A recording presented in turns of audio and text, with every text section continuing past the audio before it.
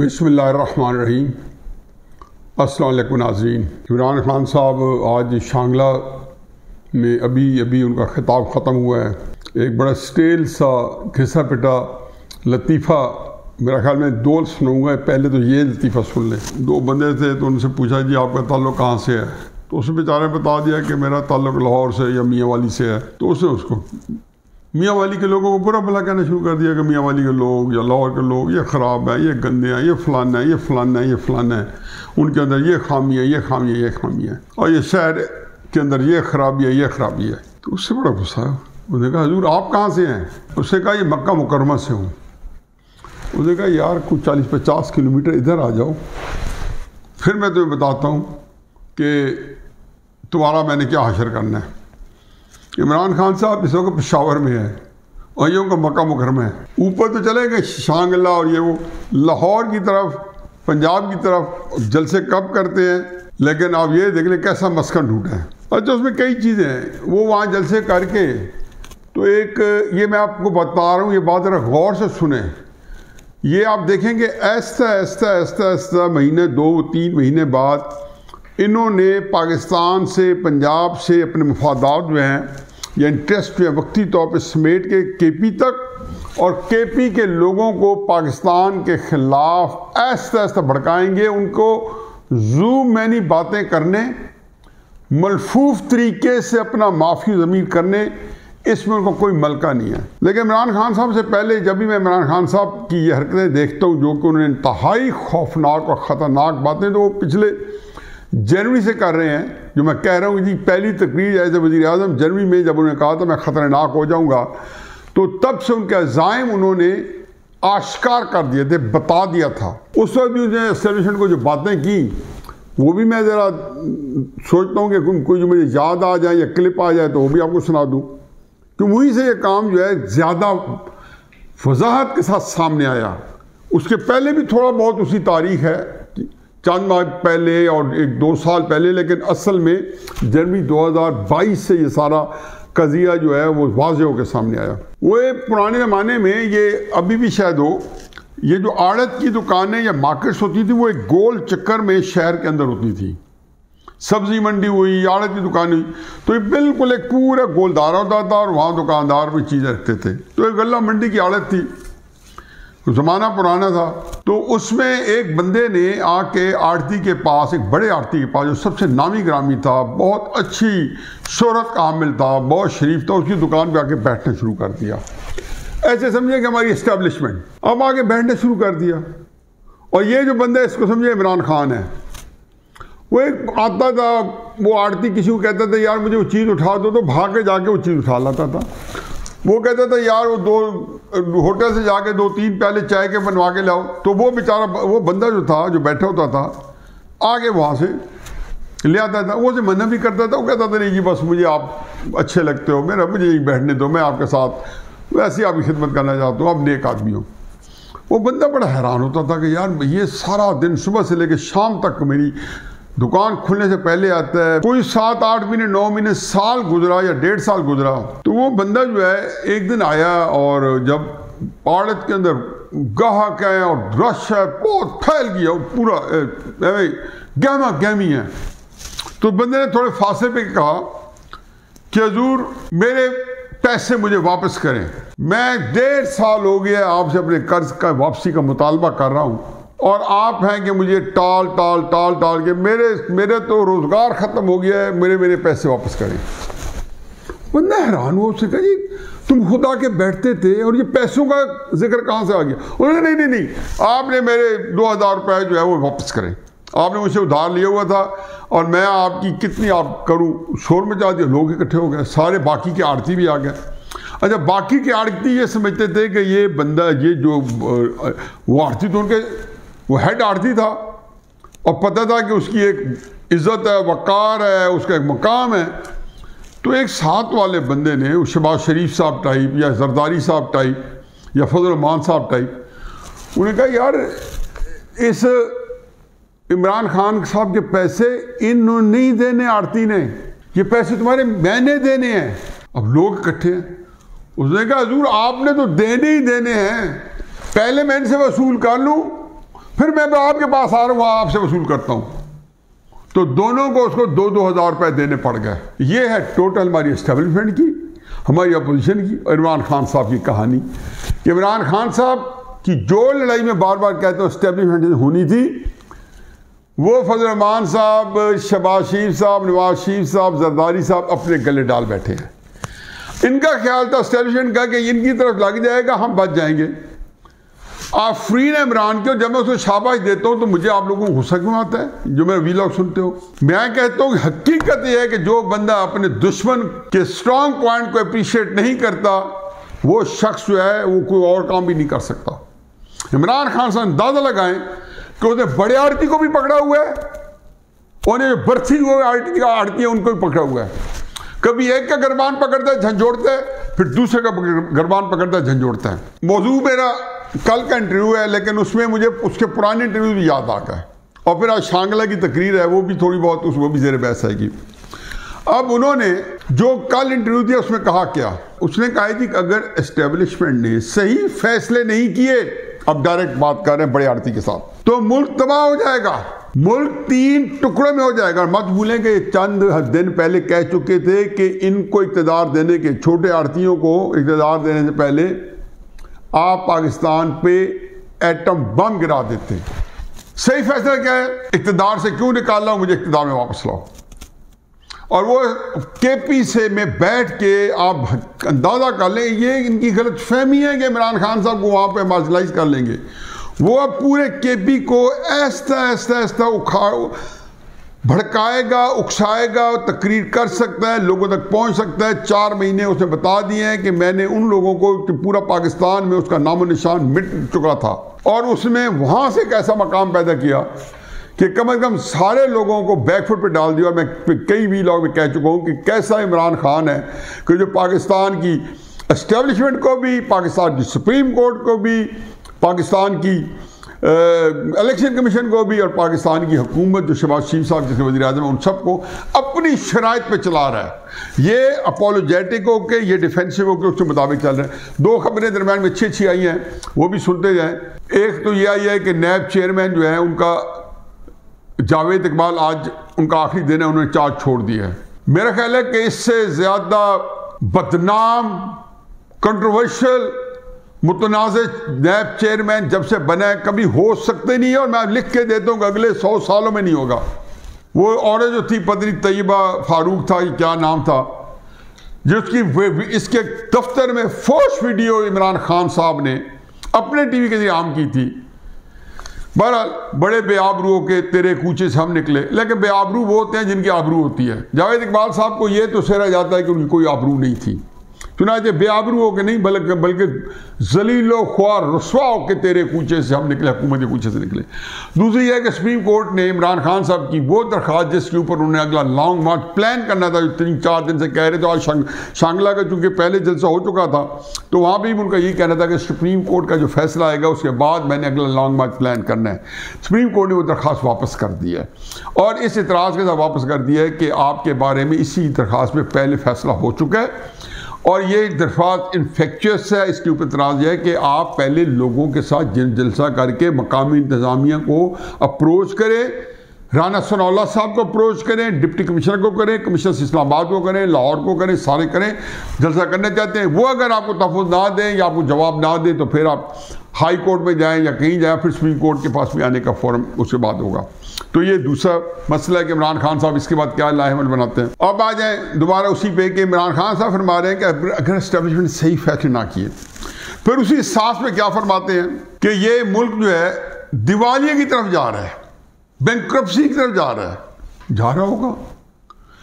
मैं तो कहता हूँ कि पाकिस्तान को शहबाज शरीफ साहब बचा के दिखा दें, अल्लाह करे बच जाए, क्योंकि कायद आज़म रहमतुल्लाह अलैह ने इसको जिस मोहब्बत और मेहनत से बनाया था और कहा था कि जी इसके ऊपर कोई मैली आँख नहीं रखी जा सकती, इस मुल्क को कोई नहीं ख़राब कर सकता। अब ये ठीक है कि हम बहुत ही नागुफ्ता बे हालात में हैं, लेकिन इमरान खान साहब इसमें आपने ऐसा क्या डाला? अच्छा, मरियम नवाज साहबा ने भी आज उनकी पेशी थी, उनमें कई बातें की, मुझे एक बात से गर्ज है। उन्होंने कहा इमरान खान साहब आप गैर आईनी तरीके से आए थे, और जो ये हुकूमत है ये आईनी तरीके से आई है। आपको ख़ास तरीके से प्लान किया गया था। मैं इसमें दो बातें ऐड करता हूँ। पहली बात तो यह है कि मियां बीबी इमरान खान साहब भी गैर आईनी तरीके से आए थे, बिल्कुल सही है। जुमला यूँ बनता है कि जिस असम्बली को गैर आईनी तरीके से या गैर जमहूरी तरीके से मैनिपुलेट कर मुंतखब किया गया, उसी ने आपको निकाल दिया। इमरान खान साहब भी गुस्सा यही है कि जो असम्बली आपने मेरे लिए इतनी अपना मुंह काला करवाया, लाने वालों ने अपने आप को बदनाम कराया, गालियां खाई मुस्लिम नून के वर्कर से, अपोजिशन के वर्कर से, उनके सपोर्टर से। इमरान खान साहब को रोना यह है कि उस पर इनका कैसे हक बन गया है। वो तो आपने मेरे लिए सारा फसाद किया था, आरटीएस फेल हो गए थे, दानियाल निहाल तलाल को आपने डिस्क्वालीफाई किया, कईयों से टिकट छीन लिए मुस्लिम नून को महरूम रखने के लिए, तो ये कैसे आ गए। चुनाचे किस्सा मुख्तसर सीधा सा है कि मेरे बीबी इमरान खान साहब जो हैं उनका भी गुस्सा सही है, लेकिन ये कहना कि जी आप इसके साथ ये ज़रूर बात किया करें कि ये असम्बलियाँ बिल्कुल सही है कि जी गैर आईनी बनी थी, और लेकिन इन्होंने आपको जो लाया उस पर उन्हीं असम्बलियों ने शहबाज शरीफ साहब को वज़ीर आज़म मुंतखब किया। आप आ जाए कल वाले इंटरव्यू की तरफ, जो हमारे ज़ेर बहस है, फरमा रहे हैं जी कि 3 चीज़ें बताई उन्होंने पाकिस्तान के बैंकक्रप्ट होने की, बैंकक्रप्सी की तरफ जाने की। पहली चीज़ बताई कि रुपया गिर रहा है, बिल्कुल गिर रहा है। रुपया जिसे इमरान खान साहब 10 अप्रैल को गए थे, चेक कर लें, 199 रुपये कुछ पैसे था, चलो 190 कह लें, मुझे इसमें आसूदगी है बजाय 199 कहने के। उसके बाद बढ़ना शुरू हुआ, और बढ़ने शुरू होने के बाद अब झूठ जो तहरीक इंसाफ के इमरान खान समेत, फवाद चौधरी समेत, ये इतने झूठे शख्स हैं, ये इतने झूठे शख्स हैं कि अब इनके अंदर वो शर्म और झिझक ही खत्म हो गई, क्योंकि हर बंदे को अपने हिस्से के अहमक और बेवकूफ़ मिले हुए हैं, जो बेचारे जो है यकीन है उनके बाद तहकीक करने की वो जहन नहीं है, वो इनकी बात को परखते नहीं है कि हम परख तो ले। तो रुपया गया 203 तक, अब 203 से आज कितना है 198। नेट क्या हुआ, 10 अप्रैल को जब हुकूमत संभाली तो 190 था, आज 198 रुपये कुछ पैसे, यानी कि 8 रुपया जो है बढ़ा है। इमरान खान साहब ने जब इक़्तिदार संभाला था कितना था, 122 रुपये था।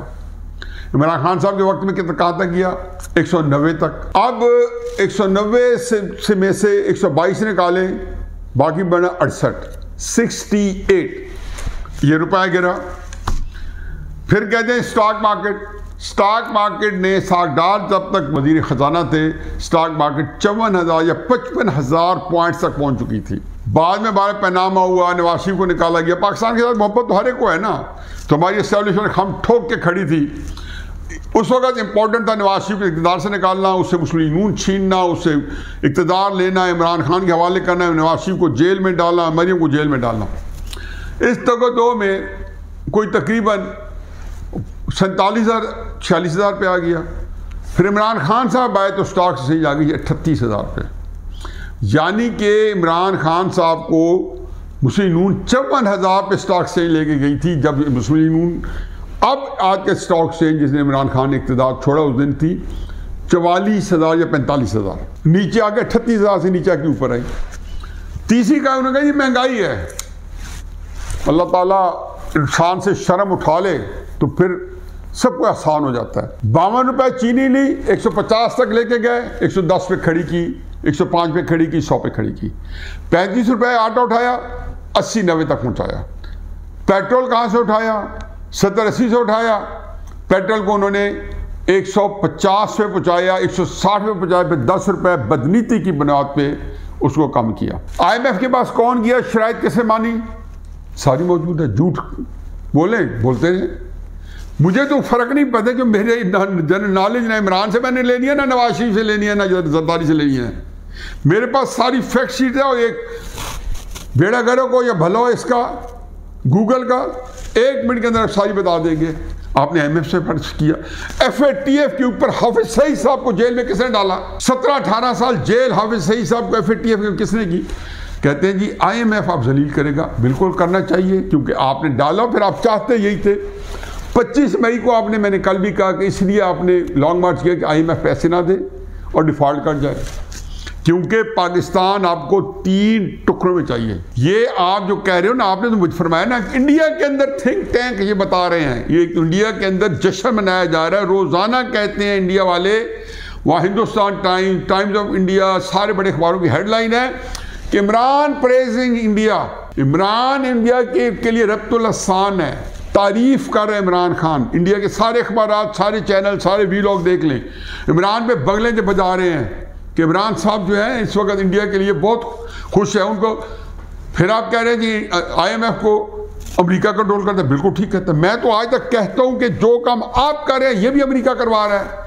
जो आपको खड़ा किया होगा तो अमेरिका ने करवाया होगा। लेकिन बात यहां ना खत्म करो, सच बोलो और कहो कि नवाज शरीफ को निकालने में अमेरिका का था। नवाज शरीफ का तो कसूर ही बहुत बड़ा था कि CPEC पाकिस्तान में लाना चाहता था। नवाज शरीफ का तो कसूर ही बड़ा था कि सन 1998 में न्यूक्लियर धमाके किए। भुट्टो का तो कसूर ही बड़ा था कि न्यूक्लियर प्रोग्राम की असास रखी।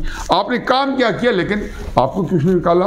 क्योंकि वो यहाँ इंतशार चाहता है, जो आजकल आप फैला रहे हैं। वो उसने घेरा हुआ है, उसको पता है कि आप वाहिद हैं जो पाकिस्तानी फौज को कमज़ोर करने के लिए इससे मौसर हथियार होंगे। मैं पहले कभी नहीं आया था। और शांगला में आज बड़ी बड़ी बातें फरमा रहे हैं। एक तो खैर वो घिसी पिटी बातें सारी की सारी, और सारी वो बात उसमें आप एक इश्तियाल दिला रहे हैं। आज की तारीख की मैं बात कर रहा हूँ, मैं कल की भी नहीं कर रहा हूँ। उसमें तो आपने फरमा दिया, हर चीज़ आपने बता दी। वहाँ पे आपने बताया आपके मुंह में खाक कि पाकिस्तान के ऊपर इनके से बेहतर था कि एटम बम गिरा दिया जाता। आप कहते हैं कि पाकिस्तान को डीन्यूक्लियराइज कर लिया जाएगा। ये वो आपके अज़ाइम है। अभी तो फौज ने आपको नया नया दोबारा से अपने हाथों में बैठाया था, और जनरल पाशा साहब जो थे वो आपके प्रमोटर बने हुए थे। तब आपने किरण थापर को इंटरव्यू दिया इंडिया में, क्योंकि मैं आपके साथ था। और वो इंटरव्यू आया जिसमें आपने बताया कि ये हाफिज सईद वगैरह जो हैं पाकिस्तानी रियासत के लिए बदनामी का बायस हैं, और इनसे असला वापस ले लिया जाए, इनसे वेपन वापस लिया जाए। और बताया ये कि भाई इनके पास वेपन है। ये तरीक़ाकार आपका पुराना वारदात का। मैंने हामिद मीर को मिन्नत करके आपका कैपिटल टॉक में इंटरव्यू करवाया। मैं तारीख भी बता दूंगा, जैसे मैंने कहा था इसकी थोड़ी वजाहत करो। हामिद मीर की मिन्नत की कि मैंने कहा मीर साहब इसने बड़ी बेवकूफ़ी की है, नया नया ये पॉपुलैरिटी आ रही है, ये ये खर्च हो जाए, रुल जाए। मुझे तभी से एक अंदाज़ा हो गया था कि कौमी मुफादात जो हैं आपके लिए अगर कोई अहमियत रखते हैं तो आपके मुफादात के बाद रखते हैं। लेकिन जो आपने तकरीर की थी 22 जनवरी को, जिसमें आपने कहा था कि मैं खतरनाक हो जाऊंगा। अच्छा, आपके लफ्ज़ देखो। उसके बाद ये दफ्तर में बैठा हूं, यहां पे तो मैं मजबूर हूं, मेरी बहुत ही, मेरे पास कुछ ज़्यादा मेरे हरकतें नहीं हैं। लेकिन जब मैं यहां से निकला तो आपको छुपने की जगह नहीं मिलेगी। ये बात आपने किसको कही थी? एस्टैब्लिशमेंट को। एस्टैब्लिशमेंट में चूंकि 2, 3, 4 बंदे एक्टिव होते हैं, आपको कहा था आपको मुल्क से भागना पड़ेगा। किसको कहा? एस्टैब्लिशमेंट को। ये बात आप तकरीर कर रहे थे वजीर आजम होने के नाते से। हकीकत यह है कि ये उस वक्त भी दहशतगर्दी थी, और उस वक्त भी आपको उस वक्त डिसमिस करके और अरेस्ट कर लेना चाहिए था इमरान खान साहब। और आपने कहा था कि आपको छुपने की जगह नहीं मिलेगी। उस तकरीर के बाद कल का इंटरव्यू और दरमियान में और अगली तकरीरें, मेरी बात अब एक सम अप करें। इमरान खान साहब, पाकिस्तान इस वजह से नहीं टूटेगा कि आप इसके पीछे हाथ धो के पड़ गए। पाकिस्तान इस वजह से टूटेगा कि हमारी एस्टेब्लिशमेंट ने आपको लाने से लेके उससे पहले तक जितने फैसले किए उसने पाकिस्तान को इस हाल तक पहुंचाया है। अगर एस्टेब्लिशमेंट आपको ना लाती तो मजाल है कि पाकिस्तानी तक कोई मैली आंख उठा के दे सकता। लेकिन चूंकि एस्टेब्लिशमेंट ने फिर बेवकूफ़ी क्या की कि सियासी जमातों को खर्च कर दिया। मैं क्या कहता था कि सियासी जमातों को ना खर्च करो, इमरान खान साहब को इन्होंने निपट लेना है। नवाज शरीफ को सिर्फ पाकिस्तान आने दो, मरीम नवाज को आज़ाद कर दो। लेकिन ये बातें पुरानी हैं, ये 4 महीने पहले की बातें हैं। उस वक़्त मुस्लिम नून के आखिरी जो 5-6 बड़े सीनियर थे, खुदा गवाह है कि वो एक अंधाधुंध उनके दिमाग के अंदर सिर्फ वोट ऑफ नो कॉन्फिडेंस थी और इक़्तिदार हासिल करना था। उन्होंने कर लिया। क्या किया? पार्टी खर्च हो गई। अब ये जो बातें हैं इनको देखो, ग्राउंड रियलिटी जैसे इमरान कई जगहों पे उससे दूर है, आप लोग भी ग्राउंड रियलिटी से दूर हो और एस्टेब्लिशमेंट भी ग्राउंड रियलिटी से दूर है। अब अगले 2-3 महीने पाकिस्तान के लिए अहम है। अगर इमरान खान साहब अगले 2-3 महीने बच गया तो मैं बगैर लफ्ज़ समझाए कह रहा हूं कि एस्टेब्लिशमेंट का बचना मुहाल है, और जाहिर है कि पाकिस्तान का बचना मुहाल है। और अगर एस्टेब्लिशमेंट ऑफ पाकिस्तान के 3 महीने बच गए तो इमरान खान साहब नहीं लास्ट करते, क्योंकि इस बयानिए के साथ इमरान खान साहब जाहिर है कि उसकी बेखूनी करनी, उसका बी मारना, वो उसको nip the evil in the bud, खैर अब तो बड नहीं रही, अब तो तनावट रखत बनी है, उसको तदारक करना मस्ट है, ज़रूरी है वो माल है।